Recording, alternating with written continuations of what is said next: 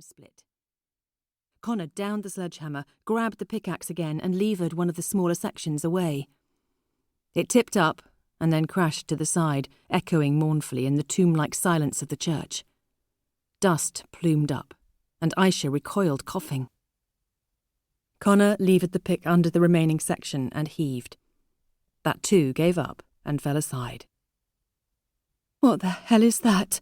asked Aisha, her voice shaking as she focused the torch's beam on what was revealed. Connor leaned forward. He'd hoped to find nothing but an ancient skeleton. It was Aisha who stretched down a hand. With a shiver of revulsion, she brushed away dirt from the stuff Connor's blows had revealed.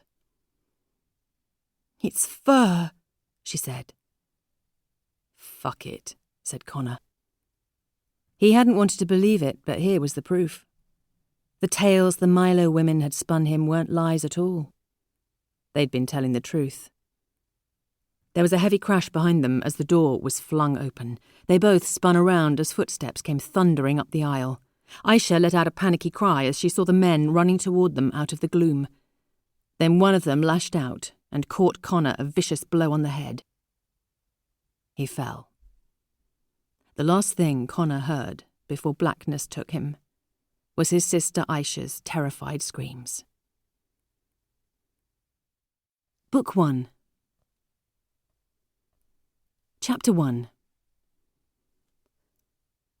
April 1975. On a sunny spring day, 21-year-old Josh Flynn and 17-year-old Claire Milo walked away from the gypsy camp that had been their home since childhood.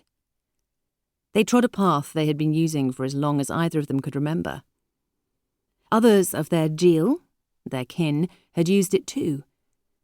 Not long after the war, a distant Flynn cousin who farmed outside Winchester in the south of England had quietly opened up a puv, a fallow field, so that the Romany, Flynn, Milo, Grey and Everett clans, plus a few others, could set up a permanent camp there and stop their travelling.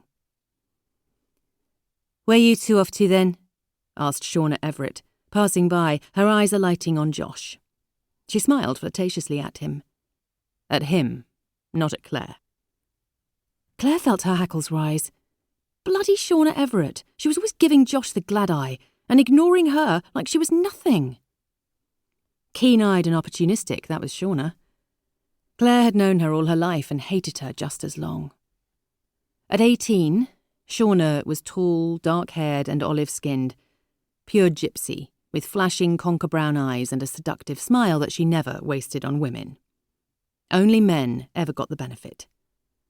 She was also tough, brassy, sharp-tongued and quick-witted. Everything that quiet, pretty and patient blue-eyed blonde Claire, who didn't look Romany at all, was not. Claire hated the way Shauna always put herself forward, wearing revealing tight jeans and clinging, plunging tops. Everything was out there, in the shop window. Shauna would always jostle her way to the front of the queue and grab whatever she wanted out of life. And she wanted Josh. Claire knew it. "We're not going anywhere special," Claire told Shauna coldly, and walked on. Claire saw the hatred in Shauna's eyes. Well, it's mutual, she thought. Shauna Everett might be good-looking, but she was a right old whorebag. It wound Claire up, the way she was always smirking at Josh. Claire had often seen Shauna hanging around with the Cleaver boys. The Cleavers weren't Romany. They were gorgy pig farmers from up the lane.